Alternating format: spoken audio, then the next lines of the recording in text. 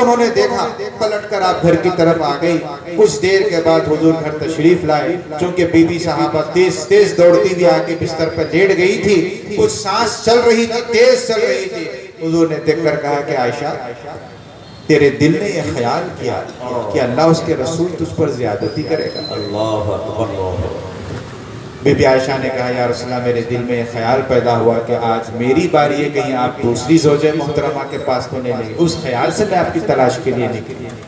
فرماتے ہیں حضور کہ میں جیسے ہی بستر پر لیٹا جبریل امین نازل ہوئے اور کہا یا رسول اللہ بقیع تشریف لے جائیے اور دعائے مغفرت فرمائیے۔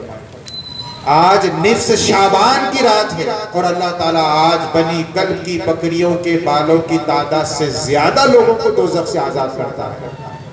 پھر حضور نے فرمایا کہ عائشہ یہ ہے دیکھیے نصیحت کی بات جو آپ کے سامنے اس حدیث سے عکس کر کے بتا رہا ہوں۔ کہا عائشہ اگر تمہاری اجازت ہو تو آج رات میں عبادت کر لو۔ قربان جائیے محمد رسول اللہ صلی اللہ علیہ وسلم کے اس حقوق العباد اور زوجہ کے حقوق پر آپ بھلا مجھے بتائیے حضور کو کیا ضرورت ہے اجازت لینے کی؟ اللہ کی عبادت کرنے کے لیے کیا رسول اللہ کو اپنی زوجہ سے اجازت کی ضرورت ہے؟ مگر امت کو حضور درس دے رہے ہیں کہ دیکھو میں تم کو سبق سکھاتا ہوں کہ تم اگر رات بھر بھی عبادت کرنا چاہتے ہو تو اپنی بیوی کا ذرا جذبات کا خیال رکھو، اس سے اجازت لو تب اللہ کے آگے کھڑے ہو جاؤ۔ تو رات بیوی کا حق ہوتا ہے، چبوتروں کا حق نہیں ہے۔ آج کا مسلمان چبوتروں پر رات گزار رہا ہے۔ اب آپ بھلا بتائیے چبوتروں پر کیا دینی باتیں ہوتی ہے سوائے بغض، ایک دوسرے کے بارے میں حسد، ایک دوسرے کی چغلی، ایک دوسرے کے خلاف بہتان۔ ساری رات مسلمان اسی گناہوں میں گزار رہا ہے۔ اور جیسے ہی فجر کا وقت ہوتا شیطان ان کے کان میں اذان دیتا کہ جاؤ اب جا کے جو سو جاؤ، آگے غراٹے مارتے ادھر مؤذن حی علی الصلاۃ حی علی الفلاح کے نعرے لگا۔ پرسوں جو ہے بہت بہترین بات ہے،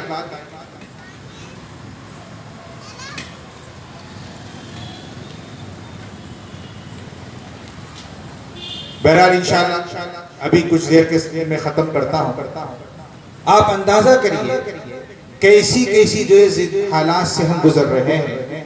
آج مسلمان بیٹھ کر جائے ہمارے پولیس محکمے والوں کو بھی بڑی مشکل ہو رہی ہے چبوترا مشین نکالنے لوگوں کو۔ اچھا لوگ بھی عجیب ہے، جیسا ان کو آتے دیکھتے ہی بھاگنا شروع کرتے۔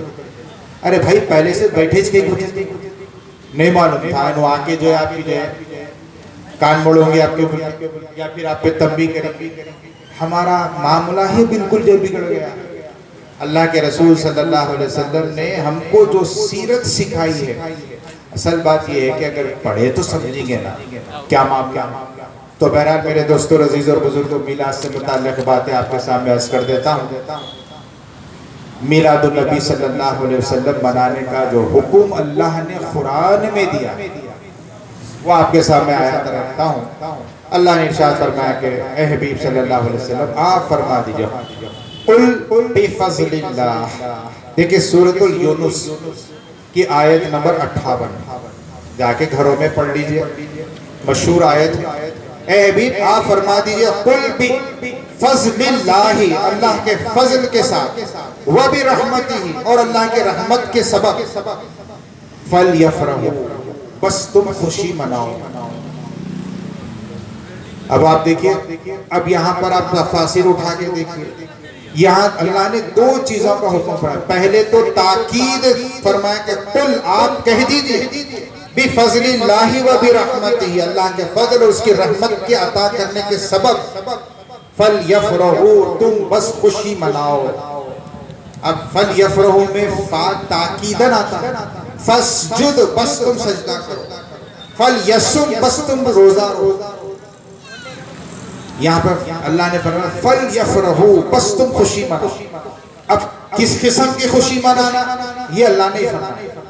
مطلب یہ ہے کہ جس طریقے کی جائز خوشی ہو سکتی ہے شریعت کے حدود میں رہتے ہوئے تم خوشی مناؤ۔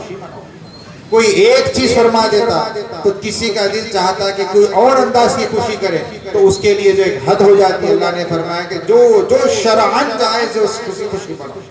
پھر اللہ فرماتے ہیں کہ فَبِذَلِكَ فَلْيَفْرَحُوا، بس ان دونوں ہی کی وجہ سے خوشی مناؤ، ہوا خیر مما یجمعون، یہ خوشی منانا تمہارے لیے بہتر ہے جو کچھ تم جمع کرتے ہو۔ اب اللہ نے یہاں پر جمع کردہ چیزیں یہ نہیں فرمائی کہ دنیا کی دولت یا آخرت کی دولت، جو کچھ ہے یعنی دنیا و آخرت کی جتنی بھی چیزیں تم جمع کرتے ہو ان سب سے بہتر ہے کہ خوشی مناؤ۔ اب اللہ کا فضل کیا، اس کی رحمت کیا ہے؟ اب اپنے دماغ سے اپن سوچے تو ہر کوئی الگ الگ سوچ سکتا ہے۔ حضرت عبداللہ ابن عباس رضی اللہ تعالیٰ عنہما سے لوگوں نے پوچھا کہ اللہ کے فضل اور اس کی رحمت سے مراد کیا چیز ہے؟ تو ایک حدیث میں آپ نے فرمایا ہے فضل اور رحمت دونوں سے مراد حضور کی ذات ہے۔ اب یہ حضور کی ذات کی عطا کرنے پر اللہ نے خوشی منانے کا حکم دیا ہے۔ اب آپ بولیے اس کے بعد بھی اگر کوئی بولے کہ ہم خوشی نہیں مناتے تو ان کا ٹھکانہ کیا ہوگا؟ اللہ کے حکم کی نافرمانی انسان کو دوزخی بنا دے گا۔ سرکار سے میں نے وہ حدیث آپ کے سامنے پیش کی کہ یا رسول اللہ پیر کے دن آپ کیوں روزہ رہتے ہیں؟ حضور نے فرمایا کہ اس دن میری ولادت ہوئی ہے۔ اور دوسرا سبب بھی حضور نے بتایا، دوسرا یہ کہ پہلا سبب حضور نے فرمایا اس دن میری ولادت ہوئی ہے، دوسرا سبب حضور نے بتلایا ہے کہ اس دن مجھ پر پہلی وحی نازل ہوئی۔ دوسری حدیث میں حضور فرماتے ہیں کہ اس دن میری ولادت ہوئی ہے اور اس دن مجھے ہجرت کا حکم دیا گیا۔ ان دونوں احادیث میں آپ اول ذکر دیکھیں حضور نے فرمایا میری ولادت، تو سرکار نے خود اپنی ولادت منائی ہے اور پھر سال میں 52 مرتبہ حضور نے ولادت منائی ہے، ہر پیر کو ولادت منائی ہے۔ اسی لیے علماء فرمایا ہے کہ میلاد النبی منانے کے لیے اگر آپ کو چاہیے تو صبح حضور کی ولادت ہوئی ہے، صبح ہر صبح ولادت کا وقت ہے، ولادت کی خوشی منائیے۔ ہر پیر کو ولادت کا دن ہے، خوشی منائیے۔ ربیع الاول حضور کی ولادت کا مہینہ ہے، پورا مہینہ ولادت منائیے۔ اور پھر اللہ کے رسول کی میلاد نور کو اللہ نے اس وقت پیدا کیا جب وقت بھی پیدا نہیں کیا گیا تھا، تو اس لیے کوئی قید نہیں ہے، جب چاہے منائے۔ اب آپ بھلا بتائیے فَلْيَفْرَحُوا سننے کے بعد، پیر کے دن روزہ رہنے کے بعد یہ سن کر صحابہ کیا نہیں منائے؟ خوش روزہ نہیں رہے ہوں گے؟ یقیناً روزہ رہے۔ ہم روزہ نہیں رہے بلکہ یہ ہمارے بھایا جو ہم پر اعتراض کر رہے ہیں، لیکن کل صحابہ نے اس حدیث اور اس آیت کے تحت اتباع میں حکم میں انہوں نے میلاد بھی منائی، خوشی بھی منائی۔ اصل بات یہ ہے کہ بدلتی ہے جس وقت ظالم کی نیت نہیں کام آتی دلیل و حجت، رسول بھی ہے اور کل صحابہ کی سنت۔ وقت چونکہ جو ختم کرنے کے لیے جو اپیل کی جا رہی ہے ہمارے پولیس ڈپارٹمنٹ کی جانب سے، ورنہ باتیں تو بہت سارے ہیں بات کے سامنے عرض کرنے کے لیے۔ عرض کرنا یہ ہے کہ میلاد کا خوشی منانا یہ سنت ہے، اس کو بدعت ہرگز مت سمجھیے۔ میرے پردادا حضرت علامہ حسام الدین فاضل علیہ رحمہ فرماتے ہیں کہ اثر مجھ پر نہ ہو یا رب کبھی اہل ضلالت کا۔ یہ جو جاہل لوگ ہیں، ضلالت مانے گمراہی، اثر مجھ پر نہ ہو یا رب کبھی اہل ضلالت کا کہ سنت کو مٹاتے ہیں سہارا لے کے بدعت کا۔ ہے سنت لیکن اس کو بدعت کریں۔ اچھا یہ حضرات کو صرف یہ ایک ہی بدعت نظر آئے اور کوئی بدعت نہیں نظر آئے؟ ہر سال کعبۃ اللہ پہ غلاف چڑھایا جا رہا ہے، حضور کے زمانے میں نہیں ہوتا تھا، اب یہ بدعت نہیں۔ غلاف کعبے پہ جو ہے تحریر قرآنی آیتیں لکھی تھی، حضور کے زمانے میں صحابہ کے زمانے میں نہیں تھی، اب لکھ رہے یہ بدعت نہیں۔ غسل کعبہ کبھی کبھی ہوتا تھا، اب تو جو بھی بڑا آدمی آیا غسل کعبہ کرا، حضور کے زمانے میں ایسا نہیں ہوتا تھا، یہ بدعت نہیں۔ قرآن پاک حضور کے زمانے میں ایک جلد میں نہیں تھی، اب ایک جلد میں جمع کر دیا پورے سلطان کو، یہ بدعت نہیں ہے۔ پاروں کی تقسیم حضور کے زمانے میں نہیں تھی، صحابہ کے زمانے میں بھی نہیں تھی، 30 پاروں میں تقسیم کیا گیا قرآن کو، یہ بدعت نہیں ہے۔ حضور کے زمانے میں اعراب نہیں تھی، اعراب لگایا گیا، یہ بدعت نہیں ہے۔ صحابہ کو ایسی حدیث کی کتاب جوڑے نہیں، کوئی حدیث کی کتاب جیسا آج ہم جو بخاری، مسلم، ترمذی، ابو داؤد، ابن ماجہ جو بھی کتابیں بنائے، حضور کے زمانے میں صحابہ کوئی کتاب نہیں بنائے تھے حدیث کی، یہ بدعت نہیں ہے۔ درس حدیث بھی نہیں دیتے تھے صحابہ، آج ہم درس بخاری بھی دے رہے، درس مسلم بھی دے رہے، یہ بدعت نہیں ہے۔ بلکہ بخاری شریف میں آخری حدیث کا درس، یہ بدعت نہیں ہے۔ دوسرے عالم صاحب آ کے دینا یہ بدعت نہیں ہے. پھر درس بخاری منعقد کر رہے یہ بدعت نہیں ہے. صحابہ سوائے حج کے اور کوئی اجتماع نہیں کرے. آج بڑے بڑے اجتماعات ہو رہے ہیں یہ بدعت نہیں ہے. لاکھوں روپے کا اسٹیج لگایا جا رہا ہے کیا یہ بدعت نہیں ہے. مسجدیں جو رنگین خوبصورت بنائی جا رہی ہے قالینیں بچھائی جا رہی ہے کیا یہ بدعت نہیں ہے. حضور کے زمانے میں کہاں. بلکہ آپ کے سامنے عرض کروں سب سے پہلی جو بدعت ہے بی بی عائشہ صدیقہ نے رضی اللہ تعالی عنہا نے جو فرمایا وہ پیٹ بھر کھانا کھانا. انہوں نے فرمایا بی بی عائشہ صدیقہ فرماتی ہے کہ سب سے پہلی بدعت پیٹ بھر کھانا ہے.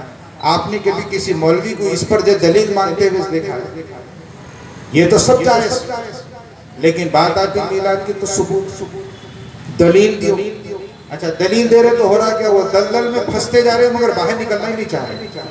جتنے دلیل دے رہے اتنے ذلیل ہو رہے. ذلیل مطلب وہ ذلیل مسئلہ ہے ضلالت کی طرف جا رہے گمراہی کی طرف جا رہے. کیوں نہیں ماننا چاہ رہے. بھائی اگر آپ چشمہ اگر لال لگا لیے تو ہر چیز آپ کو لالچ نظر آتی. کسی کو عرفان ہو گیا تو اس کو ہر چیز پیلی دکھ. تو ویسی ان کو بدعت کا جو عرفان ہو گیا وہ ہر چیز ان کو بدعت ہی دکھ رہی حالانکہ یہ سنت رسول صلی اللہ علیہ وسلم ہے. تو بہرحال جو بے انتہا میں مشکور ہوں فاروق بھائی صاحب عثمان بھائی صاحب اور دیگر تمام آپ کے برادران اور تمام معزز سامعین کا جنہوں نے اتنی دیر تک مجھے برداشت کیا سنا. اللہ تبارک و تعالیٰ سے دعا کرتا ہوں کہ پروردگار عالم اس محفل کو قبول فرمائے اور ہم سب کی محبتوں کو اللہ تبارک و تعالیٰ قبول فرمائے اور عزائم کو سینوں میں بیدار کر دے. نگاہ مسلمان کو تلوار کر دے. تڑپنے پھڑکنے کی توفیق دے. دل مرتضیٰ سوز صدیق دے. قوت عشق سے ہر پست کو بالا کر دے. دہر میں اسم محمد سے اجالا کر دے. ربنا تقبل منا انك انت السميع العليم وتب علينا انك انت التواب الرحيم واعف عنا واغفر لنا وارحمنا انت مولانا فانصرنا على القوم الكافرين. لا اله الا انت سبحانك اني كنت من الظالمين. لا اله الا الله محمد رسول الله صلی اللہ علیہ وآلہ وسلم. یہ تھے حضرت